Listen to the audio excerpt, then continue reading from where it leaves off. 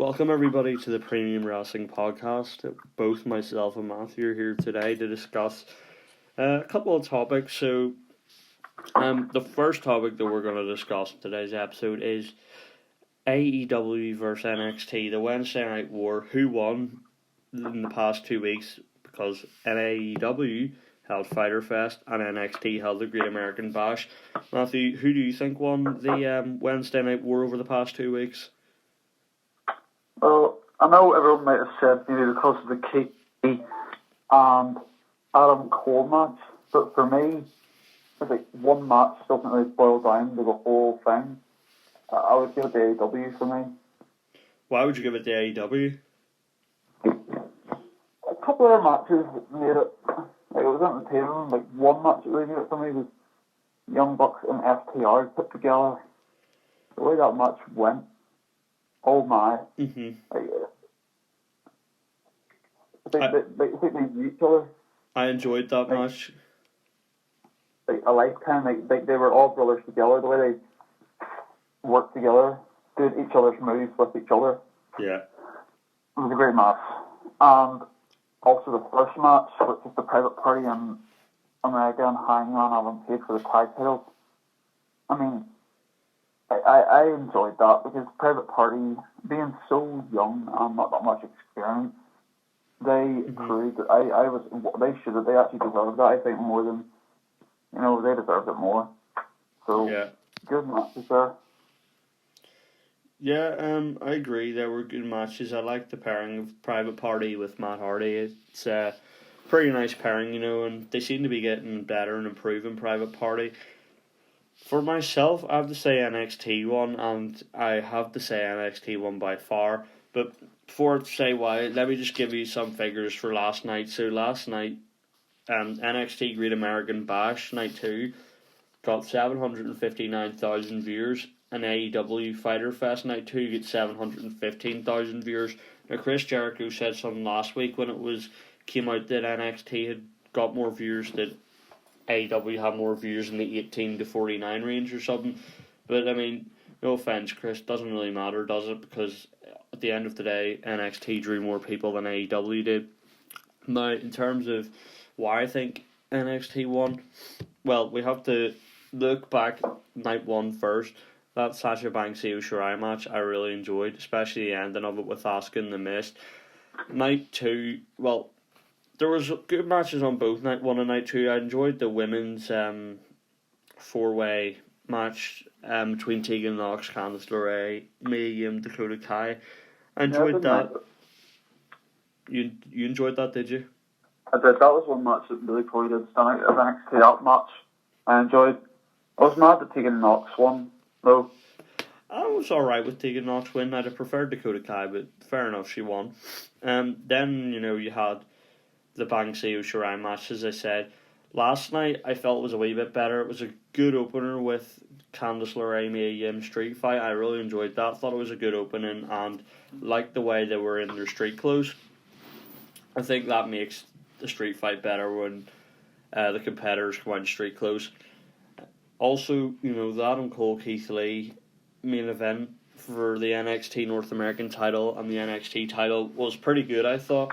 I mean, I know it was leaked that Adam Cole was going to lose the title, but for a moment, people said there was two endings shot. For a moment, I thought they were going to go with that Adam Cole ending, but it wasn't to be, and Adam Cole's 403-day reign as NXT champion came to an end.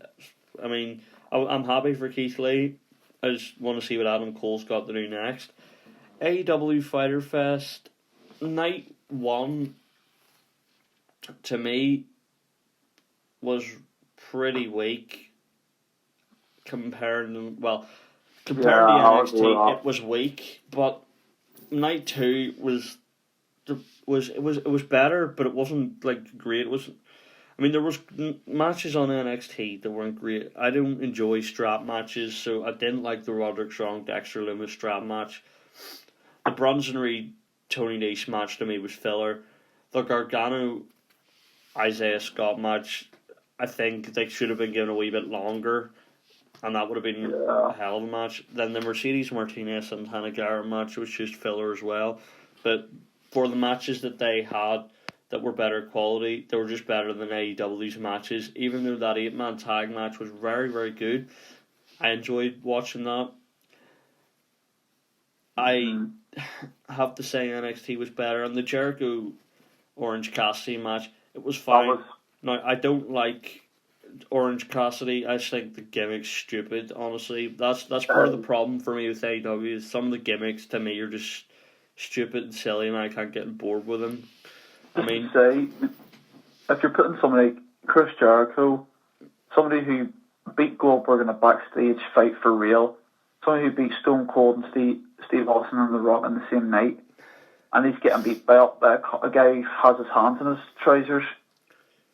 It just doesn't take them out. To me, it's a bit of embarrassing to have somebody like that face him. I mean, I'm not a big fan of Orange Cassidy myself. I mean, I just find it boring.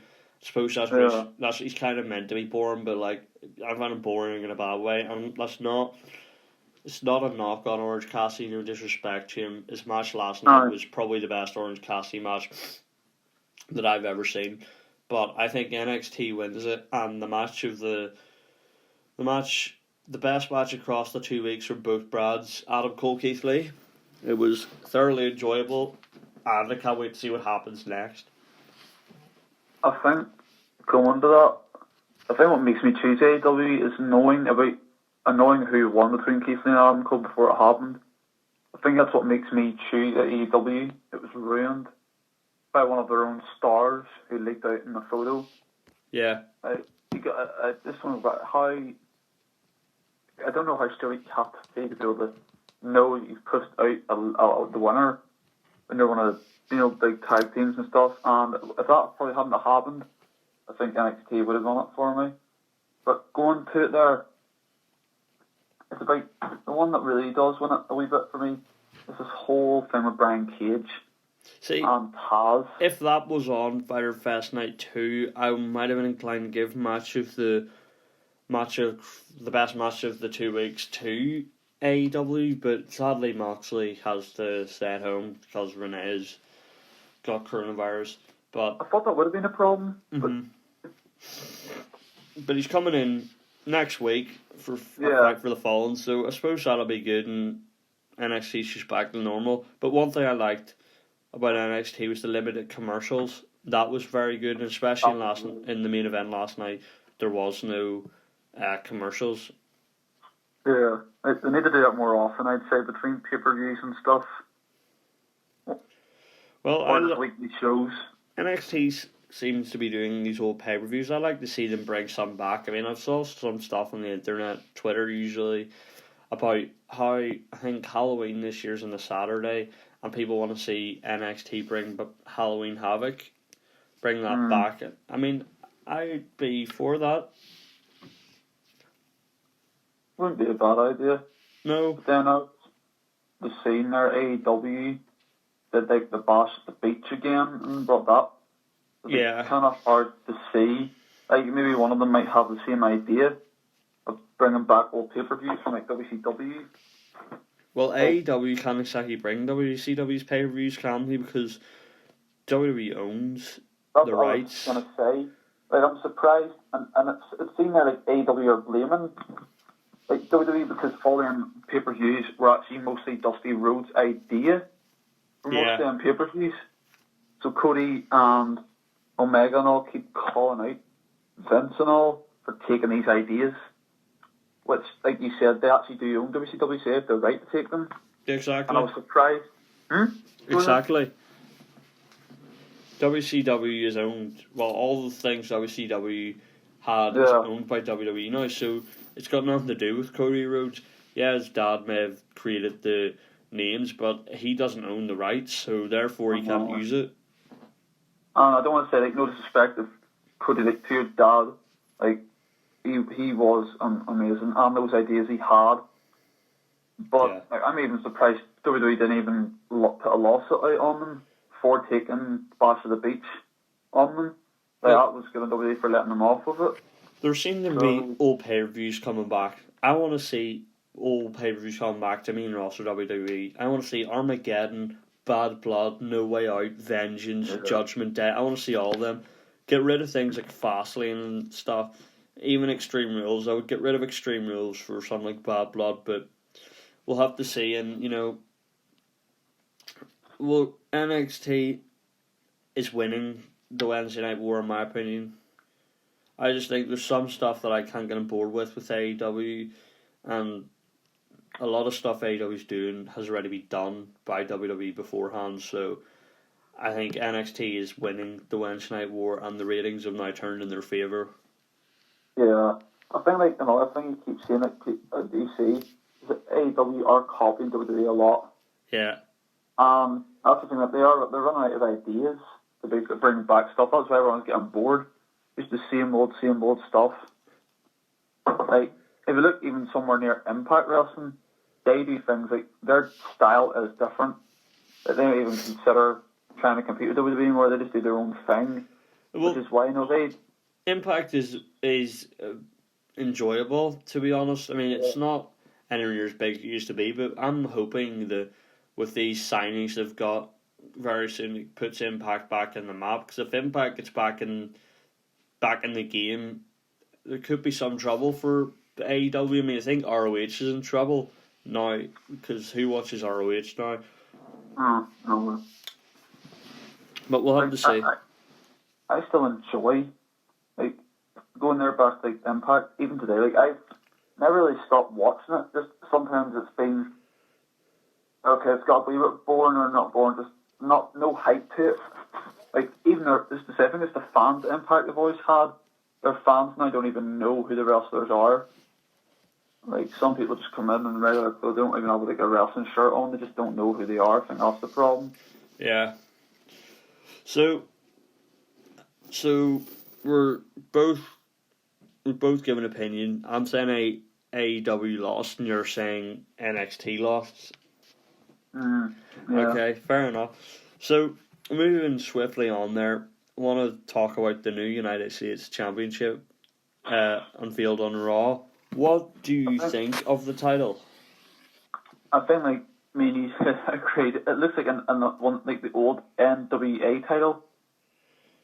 Yeah, it kind of looks like an old school looking belt, in my opinion. I mean, when I saw it, I was like, what do I make of this? But then, the lighting wasn't exactly the best, in my opinion. Then I saw some pictures of it online and thought, right, this is better than what it looks. And in my opinion, I think the title looks good. It's better than the TNT title. I think it looks horrendous. But I think it looks good. Not as good as the old one.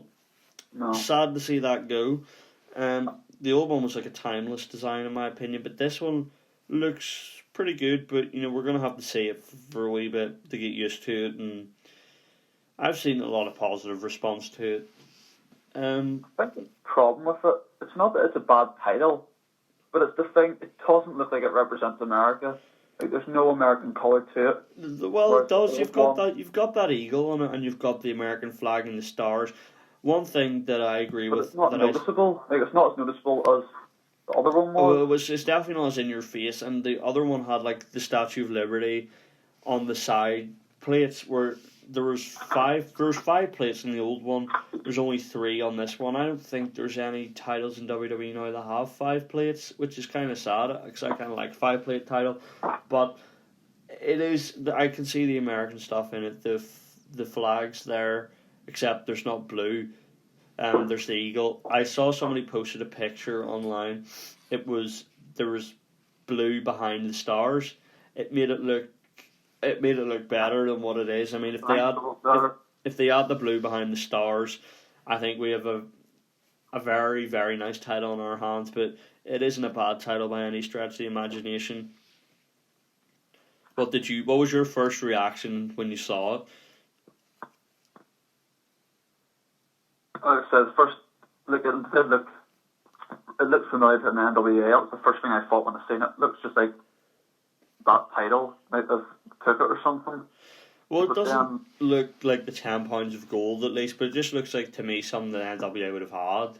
Yeah, it just got the way I thought of it. it was a great title. Like I said, it doesn't remind me much of America, because like the old Wheeler one. So It does look prestigious though.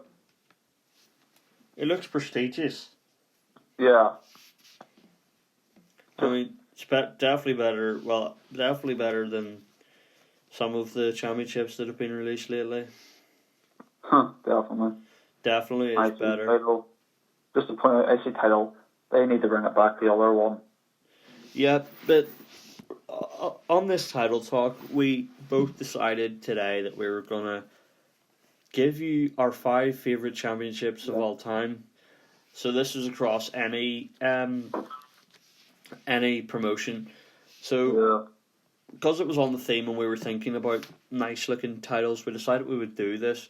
So Matthew, do you want to give your number 5 here? I have seen a couple of people maybe called it not really. Like, it wasn't really. It was like not ugly, but it didn't look like a proper belt. It was the Jeff Hardy Enigma title from TNA. Oh yes. What one is it? The purple strap, the black strap, or the white strap? Because there is a few of those Jeff Hardy Enigma or Immortal titles. I think maybe the black was a wee bit, not a nice one for me.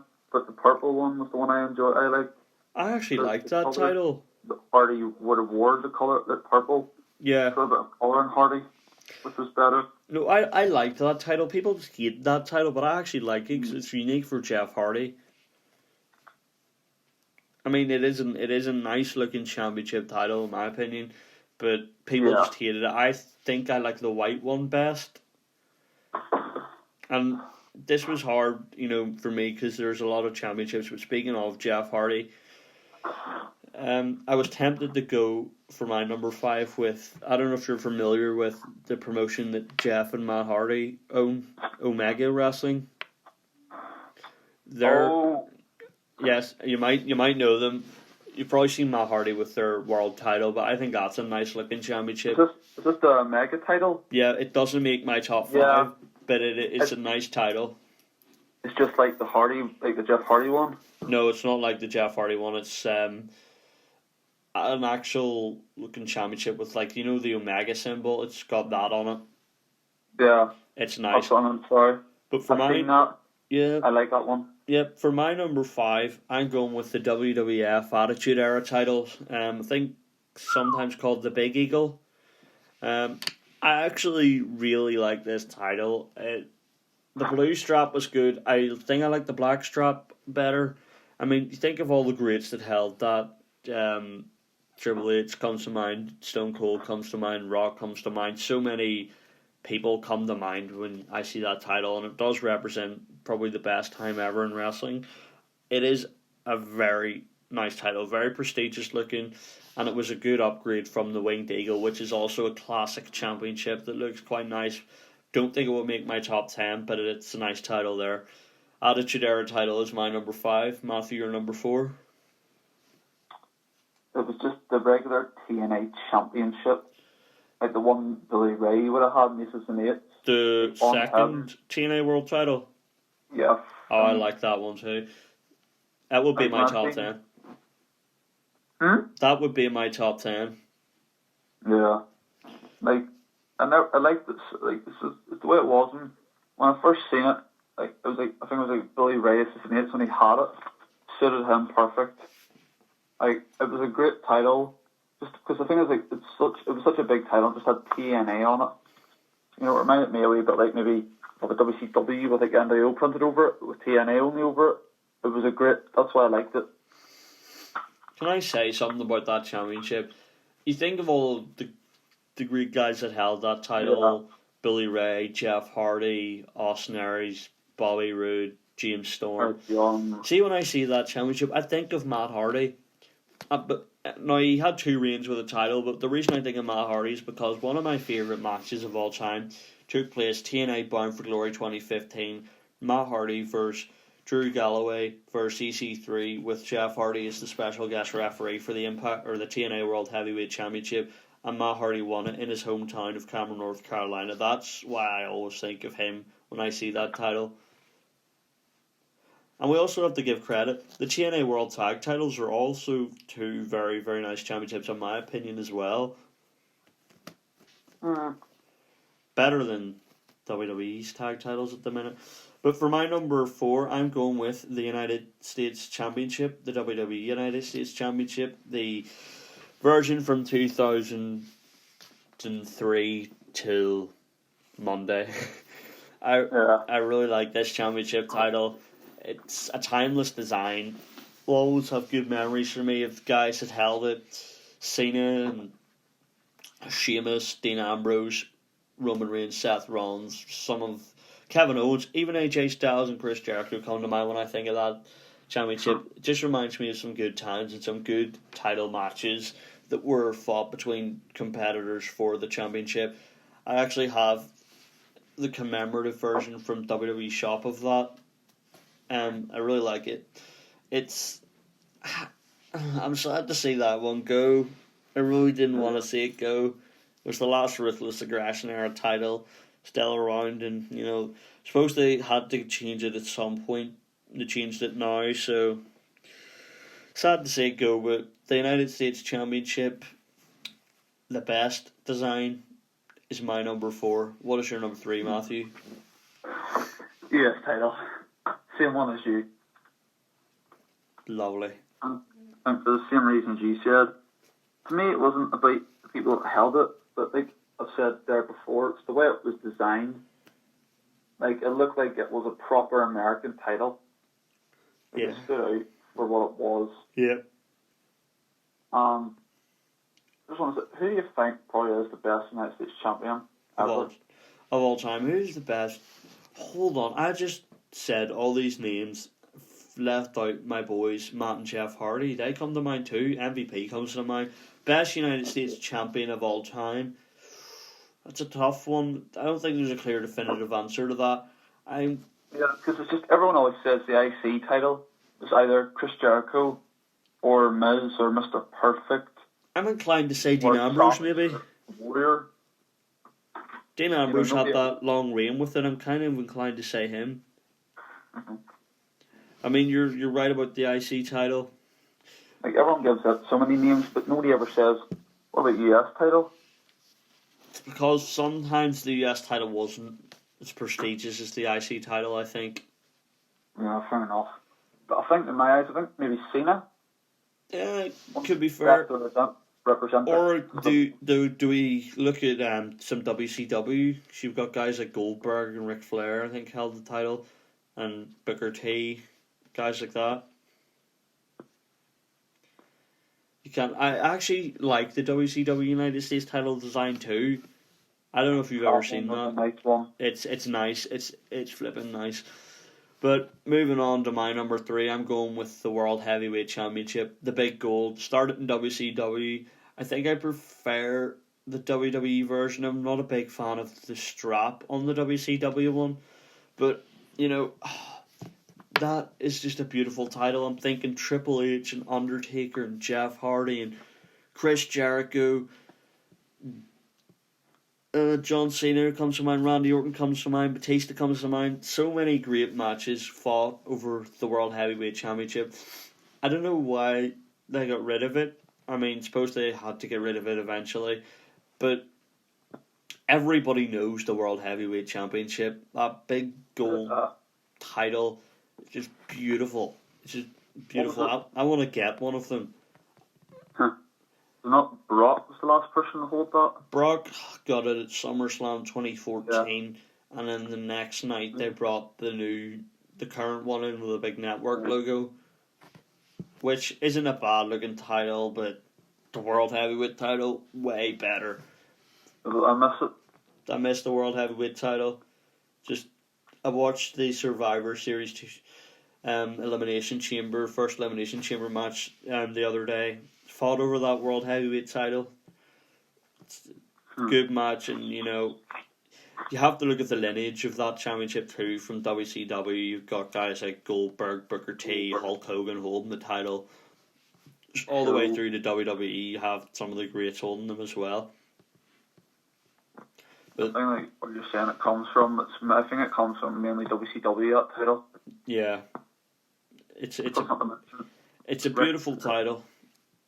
John Cena, 16-time champion, and Flair. Like, it's a pity that you never get to see that.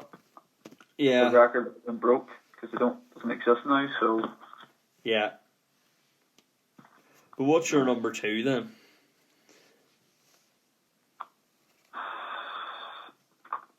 Number 2, the WWE title, like the Attitude Era one, 1998, 2002. That one I really did like. I remember the first night being presented. It was like towards Kane after the Stone Cold Kane Hell in a Cell match, I think. Was Austin not given the title by Vince McMahon after he beat Shawn Michaels at WrestleMania 14? I'm pretty sure Stone Cold was awarded the belt by Vince McMahon. No, it's not. I'm convinced. I think I watched that a few months ago. You sure? Yes, because it was wasn't that the Mike Tyson WrestleMania? Yeah. Steve beat Shawn Michaels for the title. I think the next night on Raw, Vince gave him that title. Then what was the one where Kane in the box?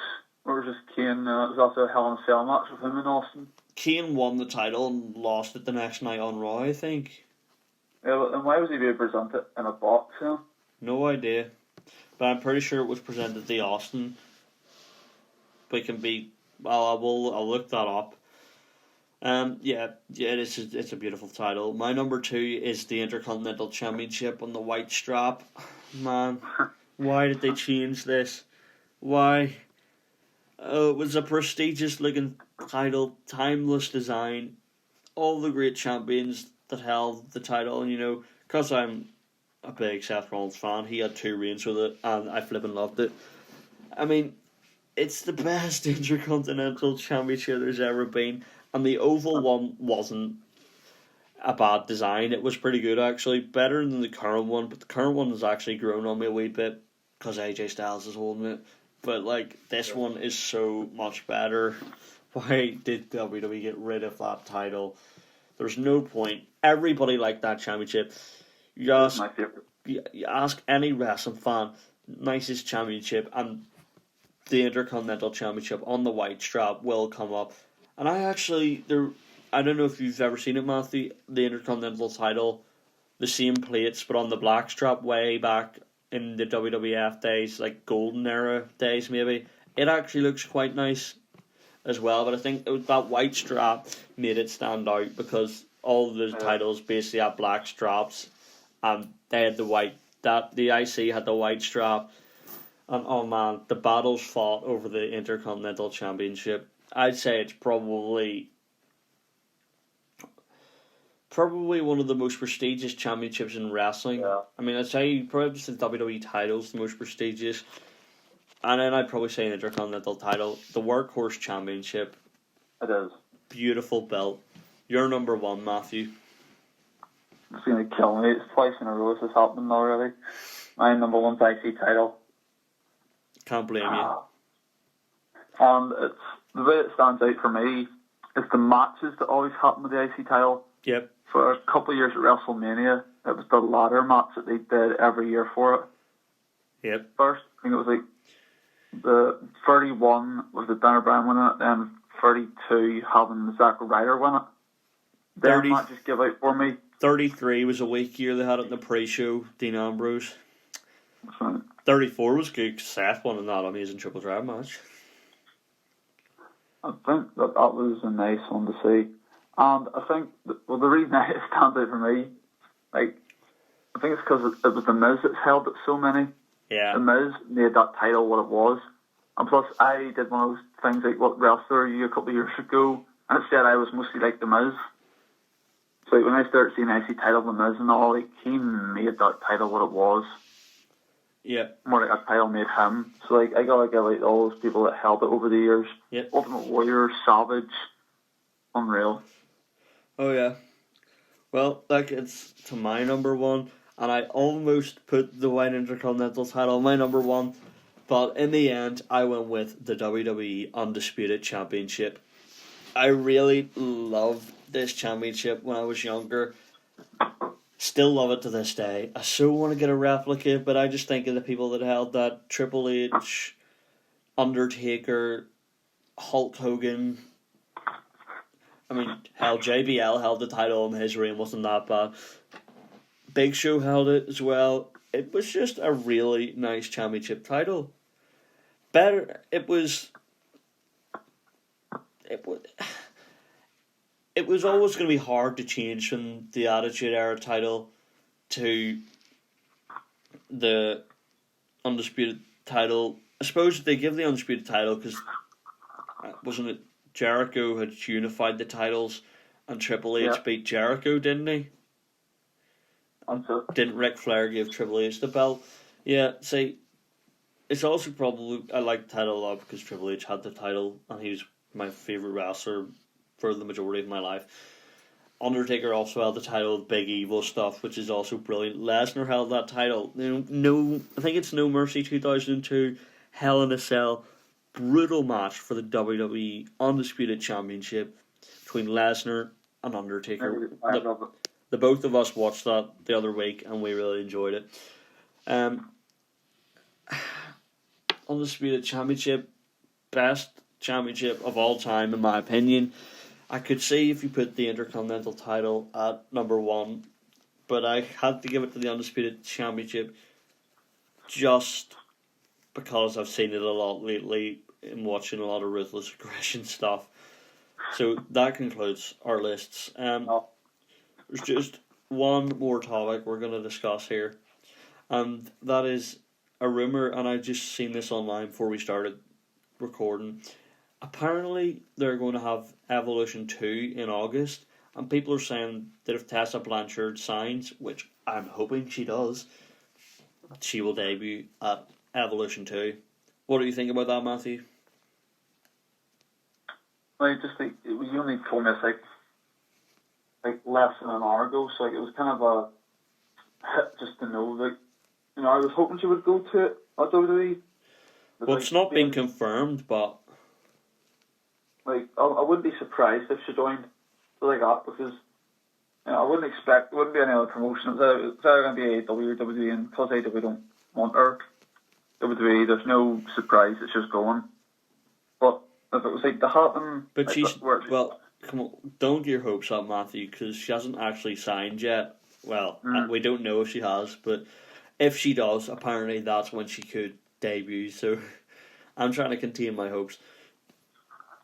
I'd like it to be like the way Evolution was last time, wherever it was like around like a November time, I think. October, I think it was. October. I'd like it to be where fans are there. I liked the Evolution pay-per-view in October 2018, but to me, and no offence to anybody on that show, but it looked just the set and the ring just looked like a glorified house show to me. Like, they didn't even have the LED ring with the big massive posts, and the Titantron stage thing looked a bit like a house show thing. And Taking on the Way, it was a pay-per-view and it was fantastic. I watched the Becky Charlotte Last Woman Standing match the other week. Brilliant match. Highly recommend that. The Ronda Nikki Bella match wasn't bad.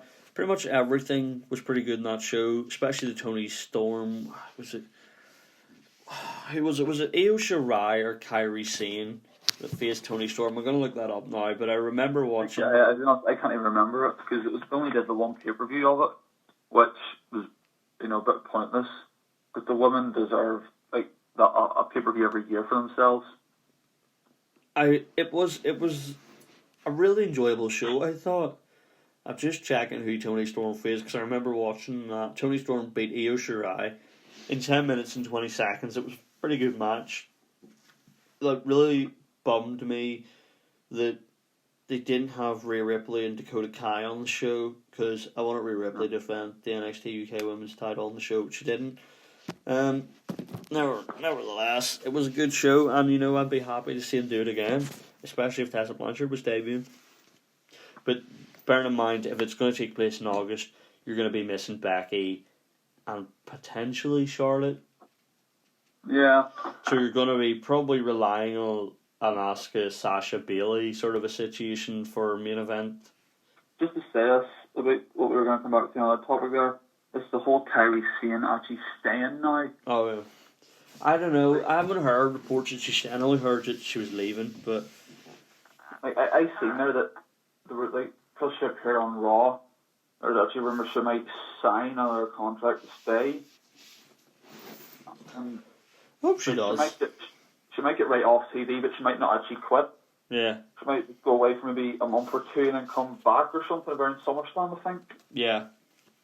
So that I can understand that going away. You know, probably 4 months now being away from her husband or whatever. So, like, yeah, it's of course you gotta go home. But then, like I said, like she is one of the top ones. It makes it fair, her and Asuka.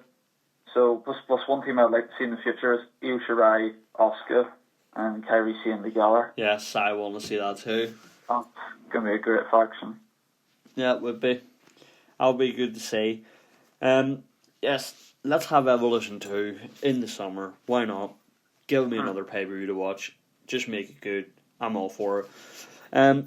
Just before we end this, I want to make an announcement. So, earlier today we were, in my back garden discussing things that we could do for the podcast. And Matthew said to me, what are the top, I think it was 10 pay-per-views of all time?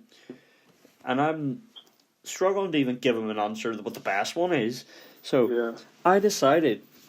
We both decided that we were going to do the top 10 pay-per-views of all time in our opinion. So we're going to have to do a lot of, watching of pay-per-views over the next while. But what we're going to do is we're going to start this next week. We're going to give our number 10 and 9 next week. The following week we'll give our 8 and 7. The week after that, our 6 and 5. The week after that, our 4, 3, and 2. And then the week after that, we're going to give the number 1 so we can do a big, massive debate about the number 1 pay-per-view all time. So stay tuned for that. It's gonna be a lot of, research and what other people think. And we'll have to watch a lot of stuff. Countless hours of wrestling, which isn't a bad thing. And maybe some of the stuff that we haven't seen in a long time is going to be there. I know there was discussion between us about WrestleMania 31. I haven't seen that in a long time. So stay tuned for that. I think you will enjoy that. And we're going to enjoy watching wrestling just to bring this content to you. Other than that, follow our Twitter at officialpwp and stay tuned for our future content. Just a wee announcement about, you see a black screen or whatever. Sorry about that. We're still in the process of getting equipment and stuff set up for this and still figuring some things out. But we hope you like the logo. Shout out to my friend Peter for making that. It's a pretty cool logo. Other than that, anything else you want to say? No, that's pretty much it. That's pretty much it there then. Thanks for tuning in, guys. Follow the Twitter and stay tuned for more.